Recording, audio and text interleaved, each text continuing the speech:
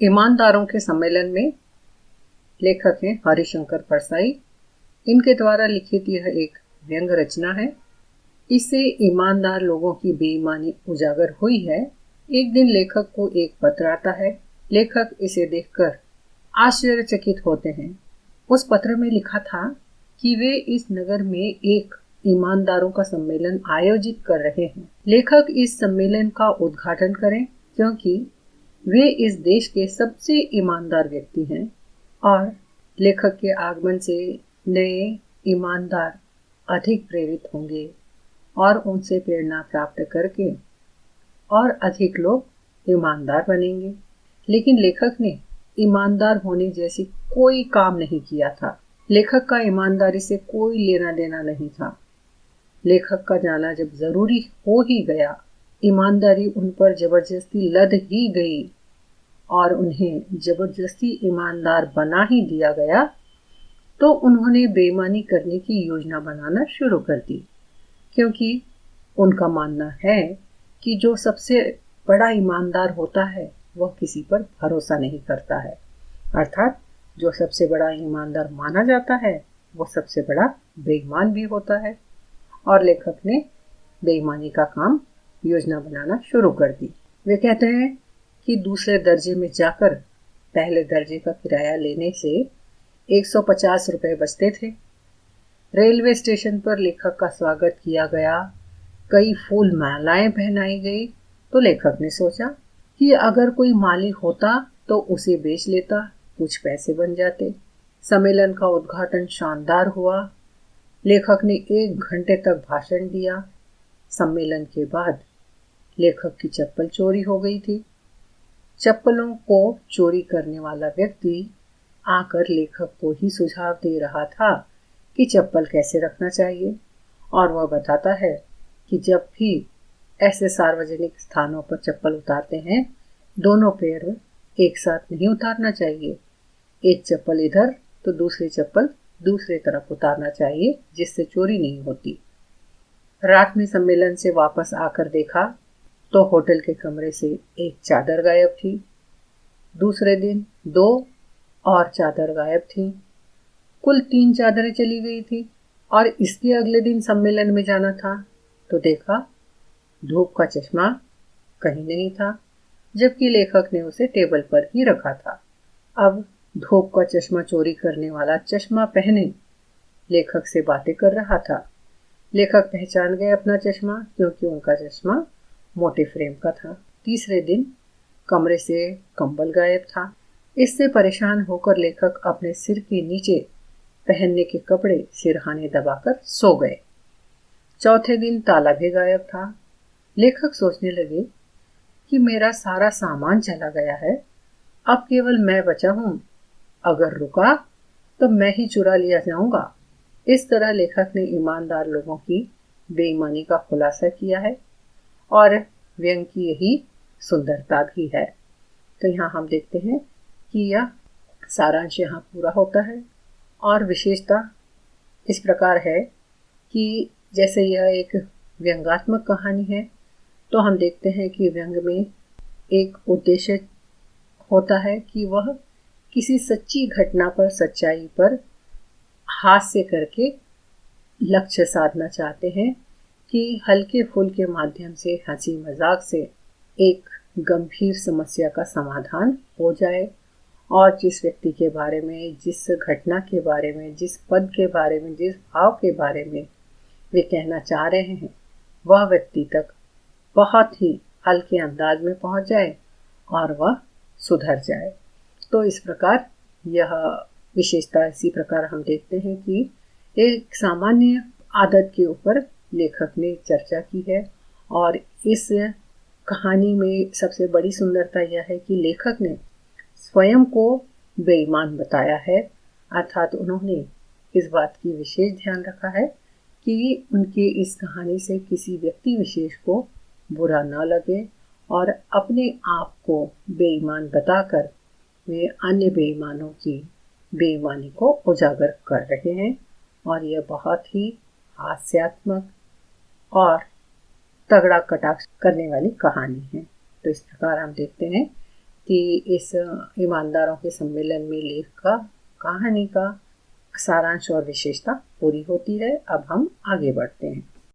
ईमानदारों के सम्मेलन में व्यंग्यात्मक लेख के सारांश और विशेषता के बाद अब हम बढ़ते हैं आगे एक शब्द या वाक्य में उत्तर लिखने वाले प्रश्नों की ओर।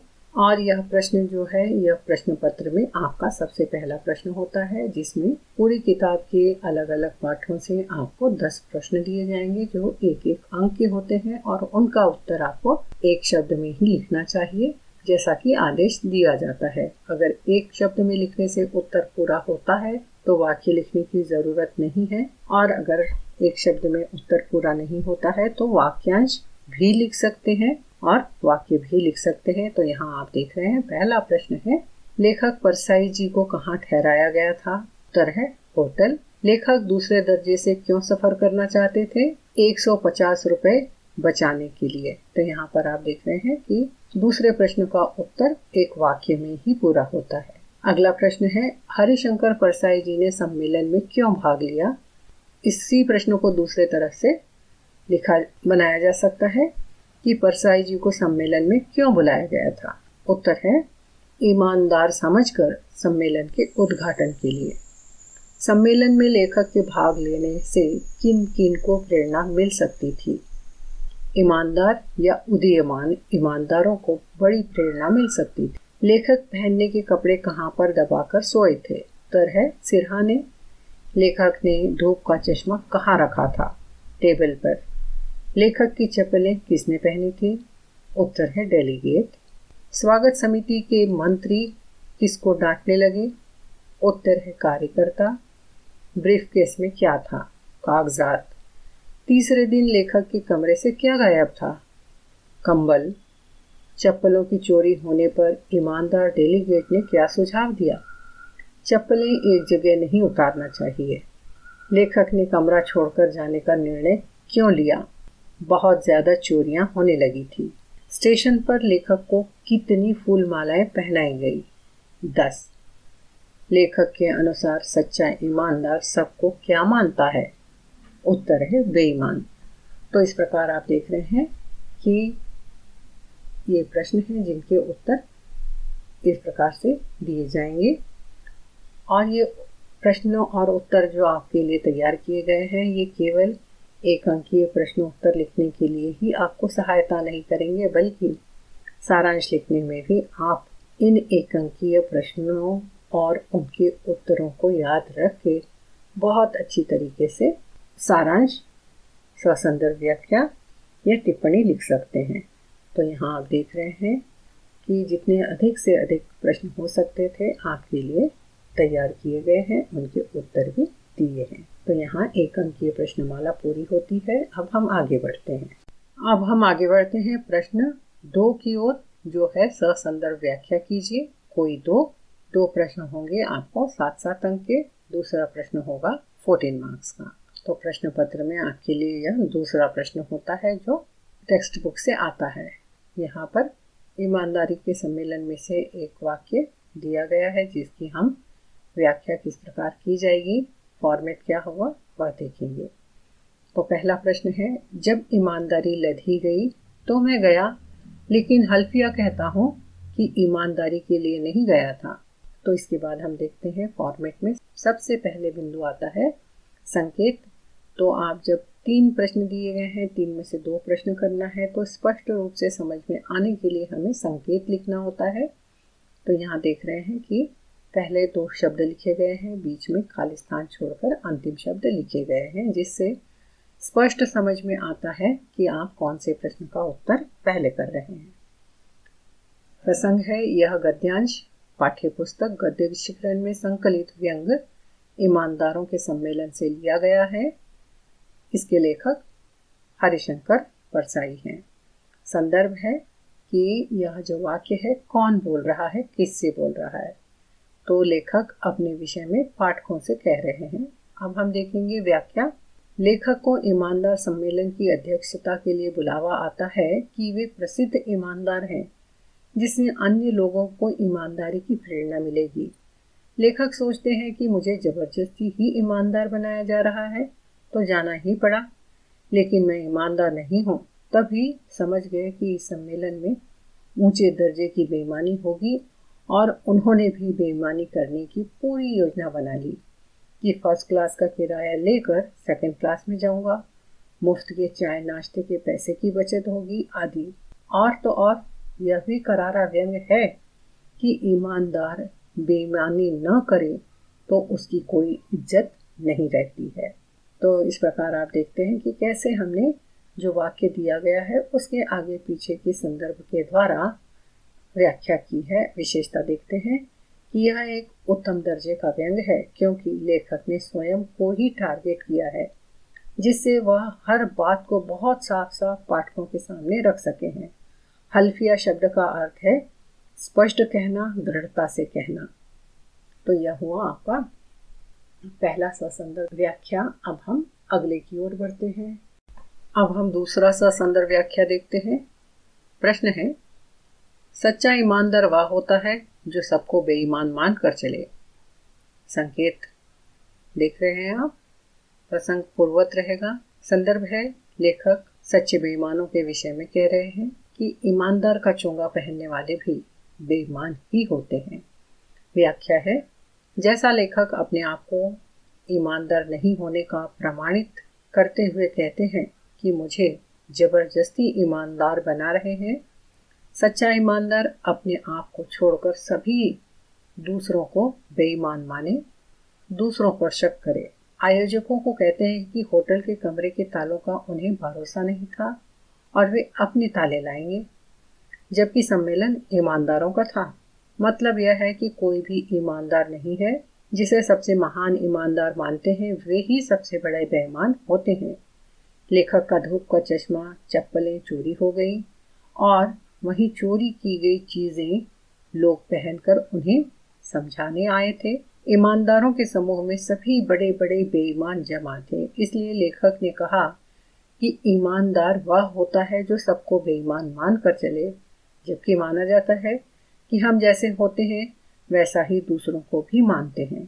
तो ईमानदार कोई नहीं होता है। विशेषता है, लेखक ने इस लेख के माध्यम से यही संदेश दिया है कि आज सभी लोग झूठा मुखौटा लगा के घूम रहे हैं, जीवन मूल्य गिरते जा रहे हैं, ईमानदार व्यक्ति भी किसी पर भरोसा नहीं करते, तो वे भी कैसे ईमानदार होंगे। जब इतनी दूर से आए हैं तो कुछ बनकर जाइए, मंत्री, उपमंत्री या कम से कम कार्यकारिणी के सदस्य बन जाइए। संकेत देख रहे हैं आप, प्रसंग पूर्वत रहेगा। संदर्भ है, लेखक ईमानदार के सम्मेलन में आए डेलीगेट से कहते हैं। व्याख्या है, ईमानदारों के सम्मेलन में आयोजकों ने 10-10 रुपए लेकर डेलीगेट्स को बुलाया था। वे सम्मेलन के अध्यक्ष के पास आकर कहते हैं कि हमारे शहर में ईमानदार महासंघ की ब्रांच नहीं है, हम अपने किराए से यहाँ आए हैं, हमारे कोई भी अधिकार नहीं है। तब लेखक उन्हें समझाते हुए कहते हैं कि 3 दिन रहने, खाने, चुनाव में भाग लेने का अधिकार तो है, और जब आए ही हो तो महासंघ के मंत्री, उपमंत्री या कार्यकारिणी के सदस्य बनकर जाइए। मतलब यह है कि किराए के डेलीगेट्स को बेईमानी के पदों को ग्रहण करने की सलाह लेखक दे रहे हैं। विशेषता है, ईमानदारों के संग में ईमानदारों को खाने और रहने तथा वोट करने का अधिकार है, जिससे यह समझ में आता है कि ईमानदारी का कोई महत्व नहीं है, केवल मुफ्त में खाने का अधिकार है और बेईमानों को चयनित करने का, वोट करने का अधिकार है। तो हम देख रहे हैं कि लेखक ने समकालीन समाज को दर्शाने का प्रयास किया है। तो इस प्रकार तीनों ससंदर्भ व्याख्या पूरी होती है। आप अच्छी तरह समझ गए होंगे कि प्रश्न का उत्तर किस प्रकार लिखा जाएगा। तो व्याख्या करने के लिए आपको इस बात का ध्यान रखना है कि जो भी वाक्य दिया गया है उसके आगे पीछे की चर्चाओं को, घटनाओं को, बातों को, तथ्यों को, कथ्यों को ध्यान में रखते हुए उसकी व्याख्या बहुत अच्छी तरीके से की जा सकती है। अब हम तीसरे प्रश्न की ओर बढ़ते हैं। प्रश्न पत्र में आपको यह तीसरा प्रश्न आता है, जिसे निबंधात्मक उत्तर वाला प्रश्न कहते हैं। जो एक प्रश्न आपको 16 मार्क्स के लिए करना होता है। 2 प्रश्न दिए जाएंगे, 2 में से एक करना होगा। तो यहाँ पर मैंने कुछ संभावित प्रश्न दिए हैं कि सारांश लिखने के लिए अलग अलग तरीके से आपसे प्रश्न पूछे जा सकते हैं। पहला प्रश्न है, ईमानदारों के सम्मेलन में व्यंग का सारांश लिखकर उसकी विशेषताओं पर प्रकाश डालिए। तो इसके लिए आप वीडियो के पहले भाग का सारांश का उपयोग कर सकते हैं, सहारा ले सकते हैं। दूसरा प्रश्न हो सकता है, ईमानदारों के सम्मेलन में हास्य और व्यंग का सुंदर सम्मिश्रण है, इस कथन को उदाहरण के द्वारा समझाइए। तो इसके अंतर्गत आपको जो हास्यास्पद घटनाएं हैं, व्यंग है, उनका उल्लेख करते हुए उत्तर लिखना है। या फिर इस प्रकार प्रश्न आ सकता है, ईमानदारों के सम्मेलन में व्यंग में लेखक ने बेईमानी का पर्दाफाश किया है, इस कथन को व्यंग में आए उदाहरणों के द्वारा समझाइए। तो इसे भी आपको इस व्यंग लेख में आई गई कथनों को, घटनाओं को, व्यंगों को उदाहरण के द्वारा लिखकर समझाना है कि जैसे क्या व्यंग है। एक उदाहरण में यहाँ पर बताती हूँ कि लेखक का चश्मा, काला चश्मा, धूप का चश्मा खो गया है और जिस व्यक्ति ने पहना है वही आकर लेखक के सामने बैठकर उनसे बातें कर रहा है बेहिचक। इसी तरह चप्पल की घटना लिख सकते हैं। और आप इसी तरह जो डेलीगेट्स 10-10 रुपए लेकर बुलाए गए हैं उनकी चर्चाओं को लिख सकते हैं। तो इस प्रकार आप इन अन्य प्रश्नों का भी उत्तर बहुत अच्छी तरीके से लिख सकते हैं। अगर आप इन प्रश्नों के उत्तर भी चाहते हैं तो कमेंट सेक्शन में लिखिए, और लिखते हैं तो ही मैं उसके लिए आपको अलग से वीडियो तैयार करके दूंगी। और कैसा भी प्रश्न आए, तीसरा प्रश्न, उसका फॉर्मेट एक ही रहेगा। सबसे पहले शीर्षक लिखेंगे कि आप प्रश्न में से कौन सा एक प्रश्न कर रहे हैं, और उस पाठ के लेखक का संक्षिप्त परिचय, फिर सारांश, और सारांश के बाद विशेषता लिखेंगे। तो यहाँ पर मैंने इस ही पाठ से अलग अलग प्रश्न, 3 प्रश्न बनाए हैं, लेकिन परीक्षा में आपको पूरी किताब में से 2 प्रश्न आएंगे जिसका सारांश आपको लिखना है, निबंधात्मक उत्तर लिखना है। अब हम आगे बढ़ते हैं चौथे प्रश्न, टिप्पणी लिखिए की ओर। चलिए अब हम देखते हैं प्रश्न पत्र में चौथा प्रश्न आता है, टिप्पणी लिखिए। कोई एक प्रश्न 5 अंक के लिए होता है और उसके लिए आपको 2 प्रश्न दिए जाएंगे, 2 में से कोई एक करना है। यहाँ पर मैंने आपके लिए 3 शीर्षक दिए हैं जिनका उत्तर किस प्रकार लिखना है हम देखेंगे। सबसे पहले हम फॉर्मेट देखेंगे कि शीर्षक लिखा जाएगा। शीर्षक में से आप 2 में से कौन सा एक प्रश्न कर रहे हैं वो शीर्षक लिखना होगा। यहाँ पर है लेखक के धूप के चश्मा खो जाने की घटना, उसके ऊपर आप टिप्पणी लिखना है। तो वो सबसे पहले हम उसका परिचय देंगे कि यह शीर्षक पाठ्य पुस्तक गद्य शिखरण में संकलित व्यंग ईमानदारों के सम्मेलन से लिया गया है। हरिशंकर परसाई इसके रचनाकार हैं। इस कहानी की यह एक विशेष घटना है।